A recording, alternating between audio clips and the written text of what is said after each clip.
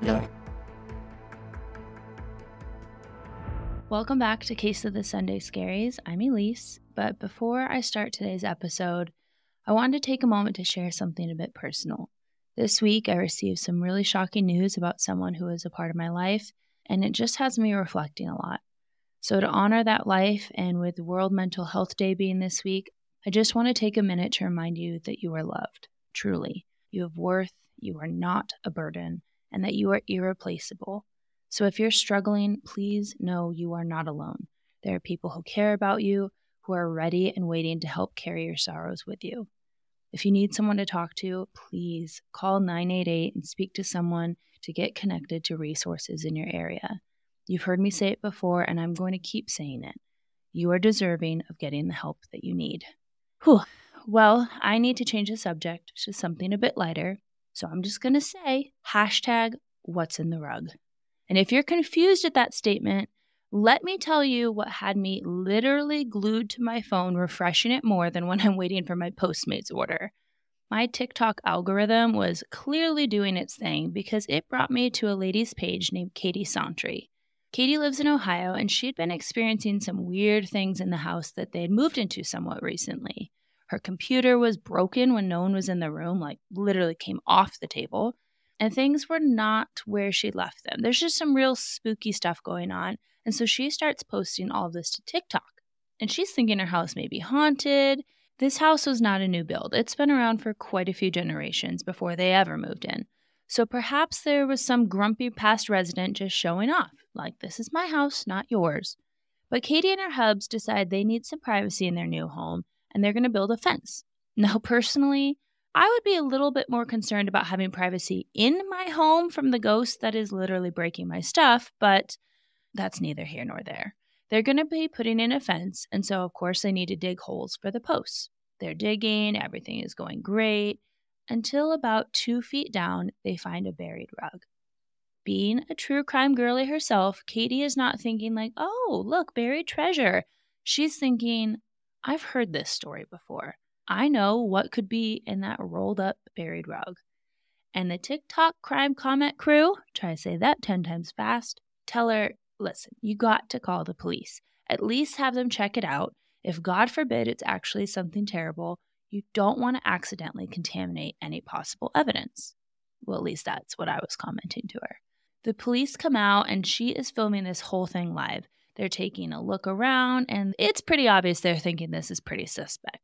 TikTok does what it does, and the videos go viral. Now everyone is invested, and we have to know. The news picked up on the story, and they're setting up equipment. People are volunteering to come help her dig it up because that first round of police, their head detective or chief or whoever, basically said, leave it. It's probably nothing. We're not going to waste our time on this. So Katie accepted the offer for someone from TikTok to come over with an excavator and get this rug up. But as we know, in many cases, once you make a little noise, authorities feel pressured to give the people what they want. So a detective calls back Katie, and he's like, hey, Katie, listen. On second thought, this has nothing to do with the news picking it up or millions of people watching on TikTok, but I was just thinking, we can't have people digging up suspicious things on their own willy-nilly. So we're going to get some cadaver dogs out there. And her views are in the multi-millions at this point. Everyone, myself included, is waiting. And the dogs are scheduled to come out and do a little sniff test around her property the next morning.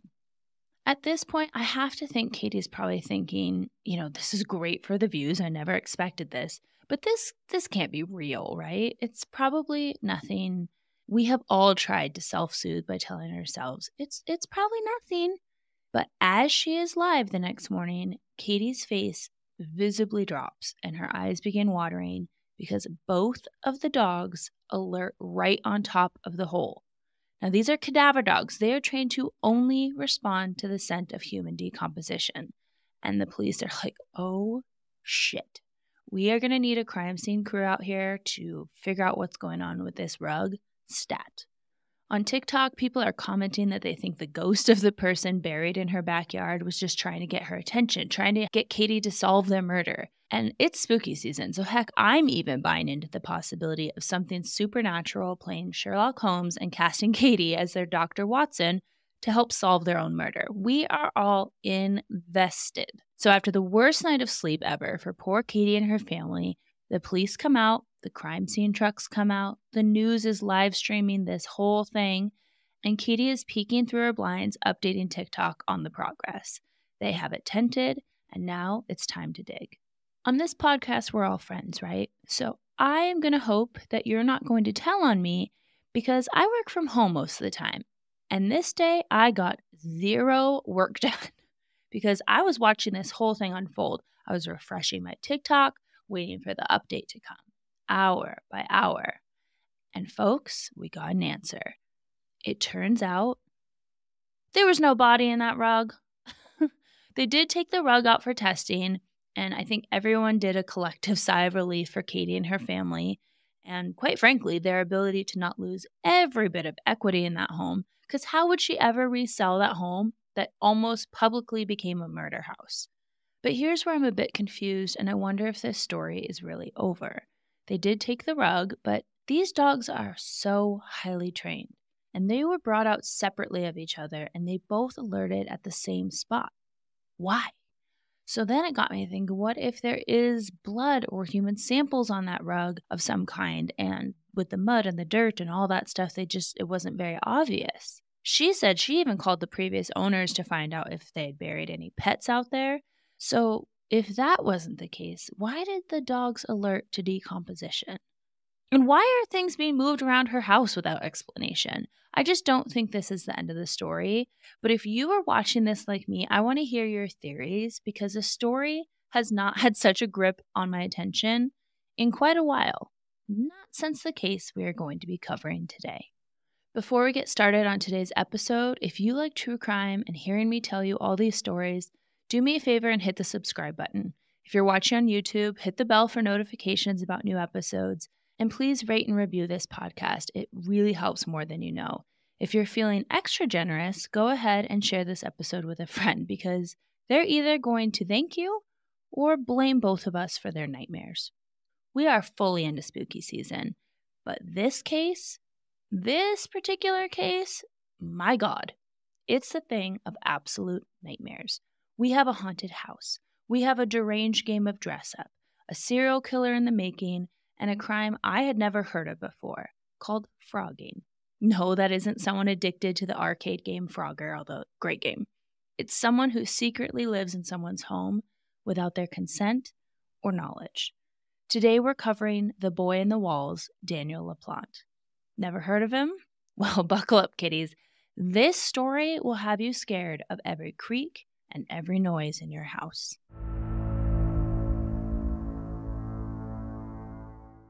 Today's case takes place in 1986 in Townsend, Massachusetts, in the home of Frank Bowen and his two young daughters, 15-year-old Tina and 9-year-old Karen. The two girls had recently lost their mom to cancer, and grief is hard enough, but I cannot imagine trying to navigate it as a child or a teenager when your world is already confusing enough. I mean, wow, puberty is not a fun time for anyone. The family was trying to find their new sense of normal without the matriarch of their family. And one afternoon, the house phone rang. Tina answered it, and a boy on the other end introduced himself and said that he had been given her number by a mutual friend from their old school. Did he actually name that friend? Well, probably not. But they got to chatting, and it was pleasant enough. During what became pretty frequent phone conversations between the two of them, the boy told Tina that his name was Danny, and he said he was attractive, he was athletic, he was blonde, and he also lived in the area, but he went to a different school. That's why they hadn't met before. Tina must have felt some sort of connection because she agreed to meet Danny for a date. But imagine her surprise when she opened up the door, and instead of the hot football handsome jock that she thought she was meeting up with, well, I don't like to talk poorly about people's appearances, but Danny was a catfish. And it was clear to her that hygiene was not big on his list of priorities. Tina didn't want to be rude to him, so she went with him to the local fair. And ladies and gents, quick little PSA for you. If you're out there dating, you're swiping on the apps, and you get to the point that you're talking or meeting up with someone, and they aren't who they portrayed themselves to be in any capacity, you don't have to be cruel, but if someone is leading with dishonesty regarding any part of themselves from the start, Here's your permission to cut and run. Danny was not only not what he presented himself to be physically, he was also really insensitive during their time together.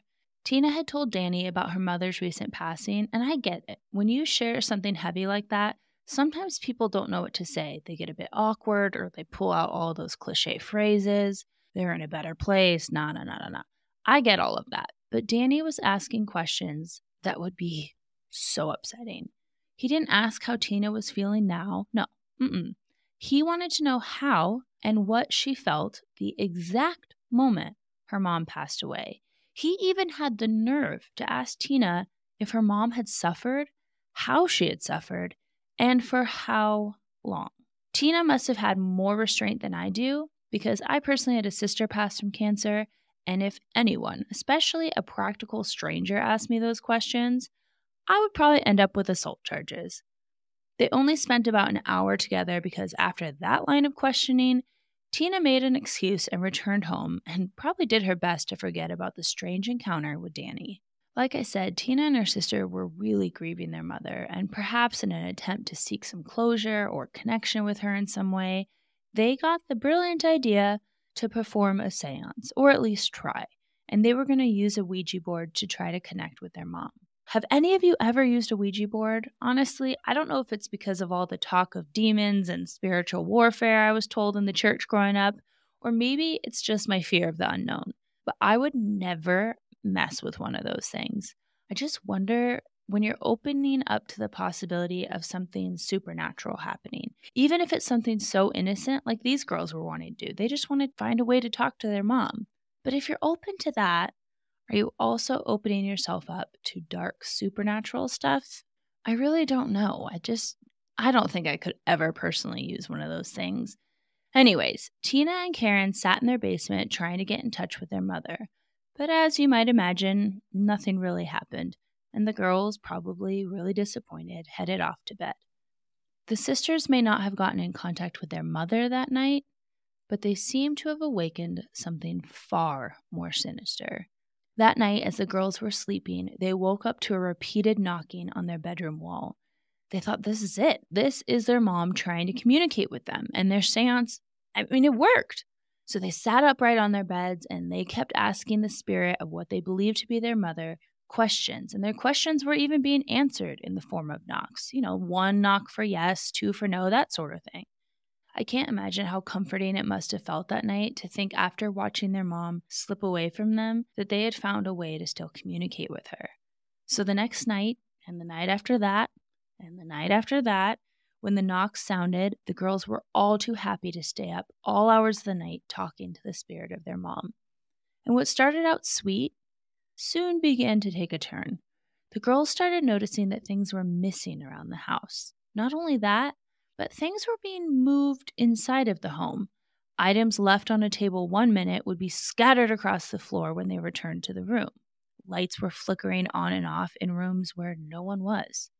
As time went on, even big pieces of furniture would be rearranged any time that they left the house. So now it's time to get Pops involved, right? And the girls come clean to their dad about playing with the Ouija board, the knock-knock who's there stuff happening in their bedrooms at night, and all this crazy stuff that has started happening around the house. Obviously, Dad was a bit more practical in his approach. He assured the girls that even if they had contacted their mom loved them. She wouldn't be playing practical jokes on them by moving furniture, and she certainly wouldn't be trying to scare them. Their dad assumed that the girls were really just struggling with the loss of their mom. Maybe this was even a cry for attention. That wouldn't be unheard of. He was a single parent now and the sole provider, so maybe the girls were feeling lonely while he was at work and they were home alone. But this went on for months, and one night in January of 1987, instead of hearing the knocking in their bedrooms, the girls were sitting alone in their living room, and the knocking started there. But it seemed to be moving, beckoning them to come down to the basement where they had performed their seance. The girls had had enough. Whatever this thing was, it was getting them in trouble with their dad and keeping them up every single night. They felt like they were going crazy. If the sound was on the move, so were they. They were going to get to the bottom of this.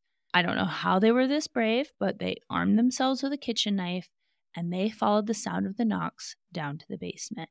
Instead of a ghost, what the girls saw when they flicked on the light was a message written in what appeared to be blood on the wall that said, "I'm in your room. Come and find me." This had gone too far, and terrified, the girls ran to the home of their neighbor. When their father got home, the girls ran up to him and they're telling him, "Dad, this is not us. You have to believe us. Whatever this thing is, it's in our home. It's in our walls." But Papa Bear, he's struggling with his own grief, and he's getting exhausted with these shenanigans. His girls clearly need some help.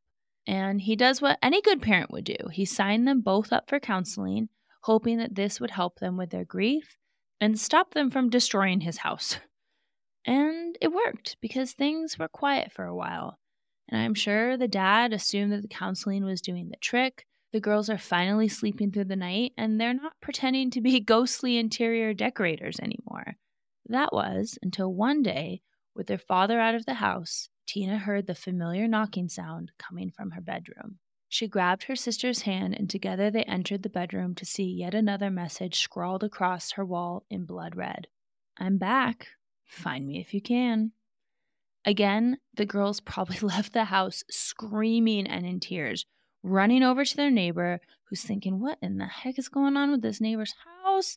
So they even went over and checked out the house, saw the message, and quickly got in touch with the girl's dad and said, "Frank, I think you need to get home because there's some crazy shit going on at your house." But the dad was at the end of his rope with this nonsense. He was determined to prove to his daughters that this was all in their head.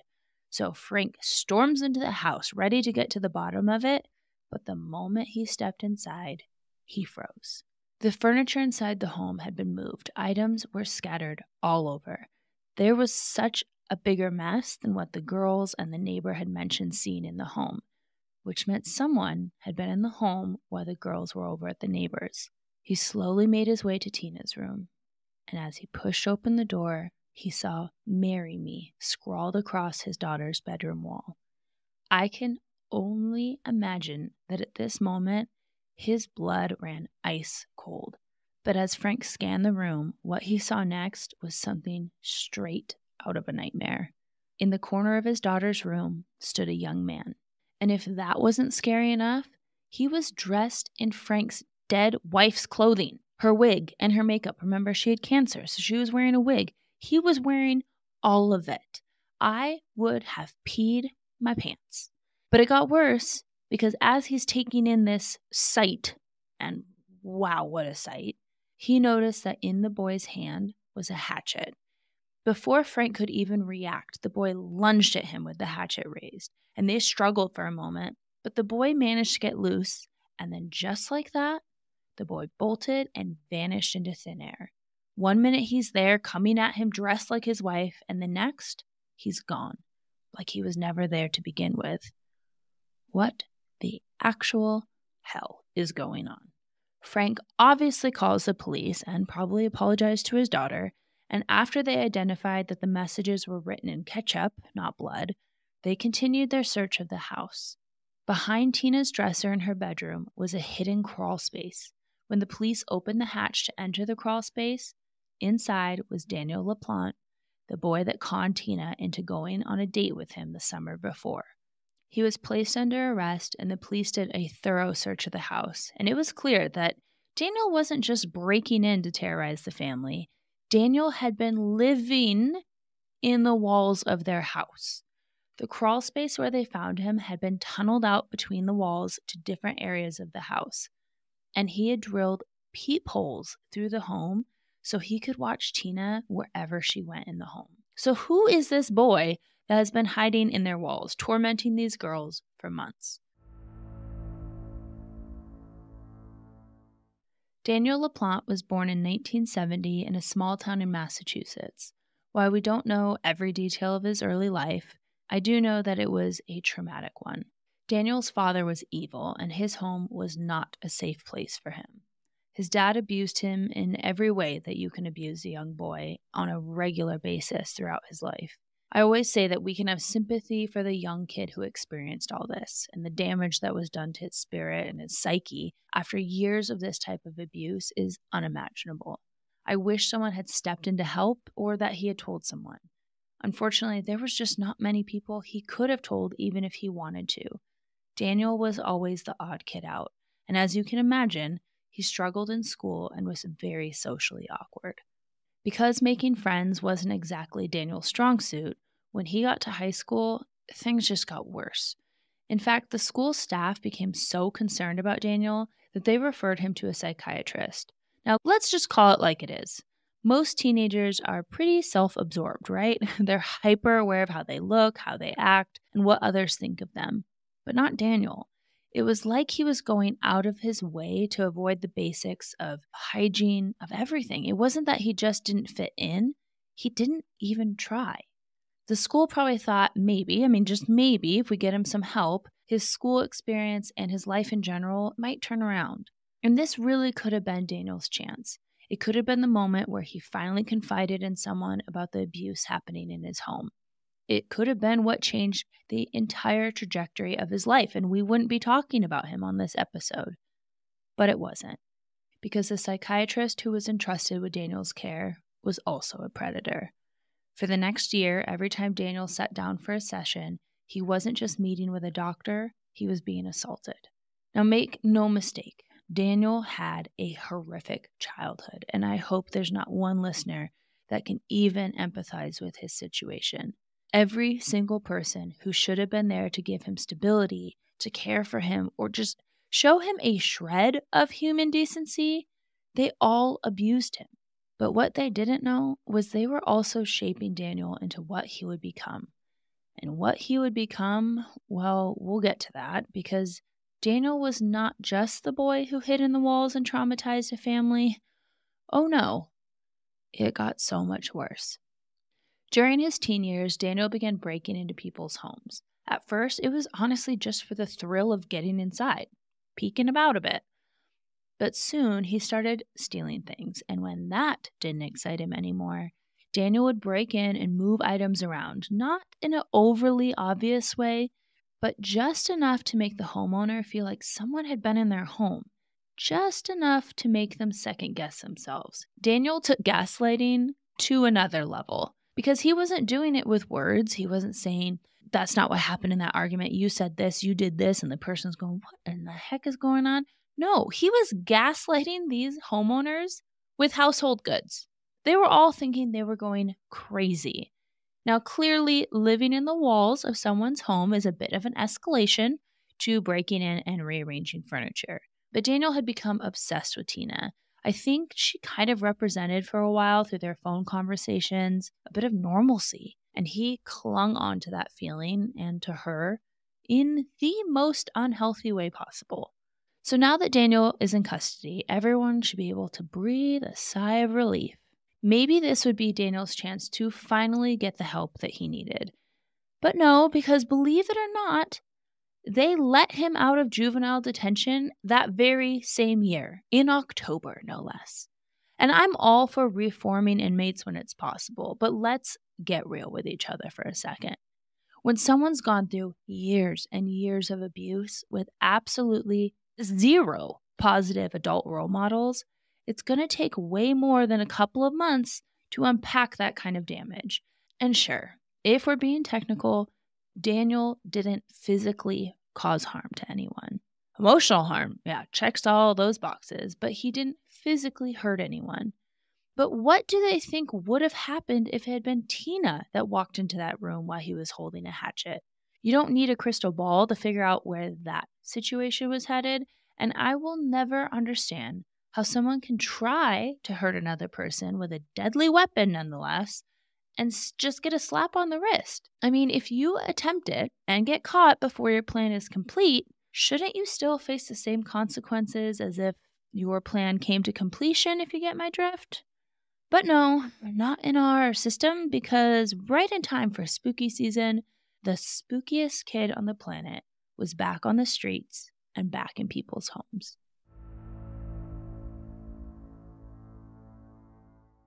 It was during one break-in less than a month after he was released, so much for him learning a lesson, that Daniel stole 2 handguns. On December 1st, 1987, Daniel broke into the home of the Gustafson family. In the home that night was Priscilla, a school teacher and a 33-year-old mother of 2 children, with another on the way. While we don't know exactly the timeline of what happened in the house that night, there was things left behind in the home that gave investigators some clues. There was household items scattered about, things that looked like they had been used as restraints. So it's likely that Daniel entered the home and then forced Priscilla and her 2 young children together at gunpoint before restraining them. When Priscilla's husband, Andrew, returned home from work that evening, he walked into a nightmare. Something that no human should ever have to see. Priscilla was found lying face down on her bed. She had clearly been assaulted and then was shot multiple times at point-blank range. But the horror didn't end there. Andrew, of course, immediately called 911, but as the rest of the house was searched, the full extent of what Daniel did that night came to light. 5-year-old William and 8-year-old Abigail were found drowned in the bathtubs of their own home. And sometimes my brain and my imagination work a little bit too well, because I sat there while I was researching this case and thought, oh my God, like the terror that those children must have felt in their final moments, and the terror of that mom who is pregnant with her child, wanting to do what all good mothers want to do, which is protect her children. And there she is, alone, helpless, to do anything to help her kids. It's sick. It's sick. Daniel was very quickly linked to the crime. After all, the Gustafson home was less than half a mile from Daniel's home, and the police knew all too well that Daniel was pretty comfortable breaking into people's homes with weapons. So the police, they're on the search for him. But they soon realized that Daniel had left the area, and a manhunt started to find him. They had dogs tracking the scent, helicopters were in the air, searching everywhere around this town for him. In one night, Daniel LaPlante became a serial killer, but he also was a desperate teenage boy without the means, or frankly the smarts, to stay on the run forever. In his desperation to avoid the police, he broke into a woman's home and took her hostage in her own van before hitting the road. A police officer with far better eyesight than I do actually recognized Daniel and pulled the van over. Thankfully, Daniel ran from the van and left the woman unharmed. 2 days after the search for Daniel had begun, he was found, hiding like the trash that he is, in the dumpster of a lumberyard. Daniel was sentenced a year later to 3 life sentences for the murders of Priscilla, William, and Abigail Gustafson. I do not understand why it was not 4 life sentences for the child that Priscilla was carrying, but okay. As you can imagine, Daniel was a nuisance in prison for a few years. He complained to the courts about all sorts of things that he felt were a violation of his rights. I know that there's a lot of things that take place in prison that very well could and are in violation of people's rights. However, Daniel was claiming some pretty ridiculous things, such as he was not provided with the materials to carry out satanic rituals, which was a violation of his religious rights since he claimed to be a Satanist. And my guy, believe what you want to believe. I am in full support of that.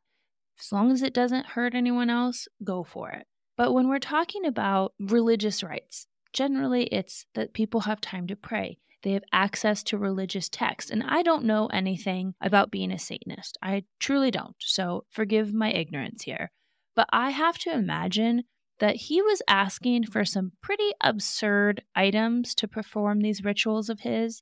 And honestly, what Daniel should have been focusing on was sitting down, shutting up, and thinking about what damage he had done to so many people.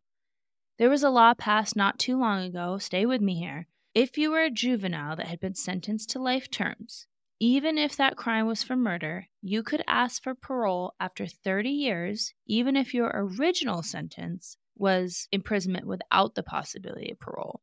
So in 2017, Daniel appealed for a reduced sentence, but a forensic psychologist who evaluated him said, I know that we heard him apologize in court, but I don't believe he's remorseful, and I certainly do not think that we should let him out into the world, ever. His sentence was upheld, and Daniel LaPlante will never know life outside of prison walls. In my opinion, he is right where he belongs. I wish that the young Daniel, the child Daniel, had not been failed so badly by the people put in positions of trust when he was a child. I wish that our juvenile system had not failed the community by not taking Daniel's previous actions way more seriously. He should not have been in there for a couple of months, a little slap on the wrist, and sent back out to terrorize his community.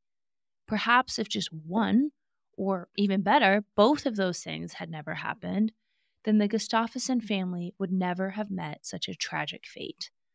Now, before I wrap things up, here's something I didn't realize at the start of this case. Daniel LaPlante actually grew up on Elm Street. If you're a fan of horror movies, then you know where I'm going with this. You're familiar with Freddy Krueger and the Nightmare on Elm Street. But ironically, while I knew I'd be covering this case during spooky season for what I think are pretty obvious reasons, what I did not know was that this case was going to be featured as episode 1 of the new season of The Real Murders on Elm Street. And get this, episode 2 of that same series features my sister Mandy. She talks about the brutal crime that happened in the home that she lived in Spokane, Washington. And yes, it also happened on Elm Street. And I am so proud of my big sister for having the strength to share her story in such a public way, especially considering the trauma that she endured. In the very first episode of this podcast, I covered that case and the insane events leading up to it, and then interviewed my sister about the aftermath. So after you finish this episode today, dial it back to the beginning. I apologize for the audio. And be sure to check out episode 1 of Case of the Sunday Scaries, and then watch season 2, episode 2 of The Real Murders on Elm Street to watch her story firsthand. I believe you can stream it on either Discovery Plus or HBO Max. But Mandy, I am so proud of you. As always, if you could take a moment to follow or subscribe on whatever streaming platform you're tuning in on, it would really mean the world to me. And if you could leave a review, that would help get this podcast into the ears of new listeners. Remember to be kind to one another and to yourself. I'll catch you next time, but as always, until then.